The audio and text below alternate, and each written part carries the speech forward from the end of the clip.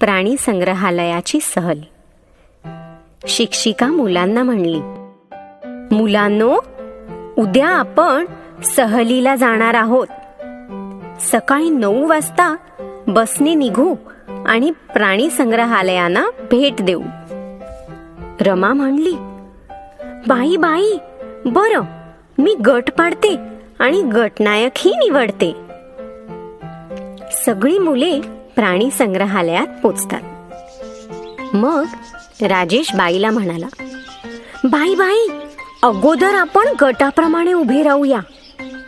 नंतर प्रत्येक ठिकाणी गटाप्रमाणे पशु व पक्षी पाहूया.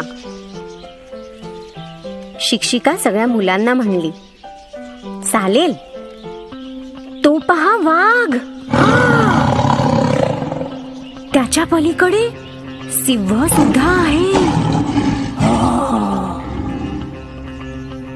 सुधा म्हणाली, बाई बाई, तिथे पहा, माकडे उड्या मारत आहेत. मोना म्हणाली, बाई, हे पहा, इकडे मोर कसे छान छान नाचत आहेत.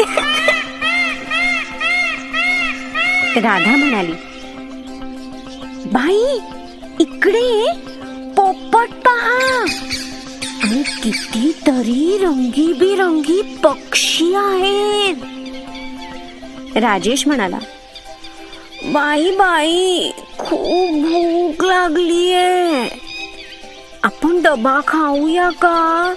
राकेश म्हणाला, बाई, तुम्ही पण आमच्या बरोबर डबा खा ना. विजू म्हणाला, बाई, हरिण पहा, किती सुंदर दिसत आहेत. राजेश म्हणाला, बाई, मला हरिण खूप आवडतात. ससेही खूप सुंदर दिसत आहेत. आणखी किती पक्षी आहेत. शिक्षिका मुलांना म्हणाली, मुलांनो, आता 6 वाजलेत, चला आपण परत जाऊया. सगळी मुले खुश होऊन बाईंना म्हणाल्या, बाई, किती मजा आली नाही. परत आपण एकदा येऊया का?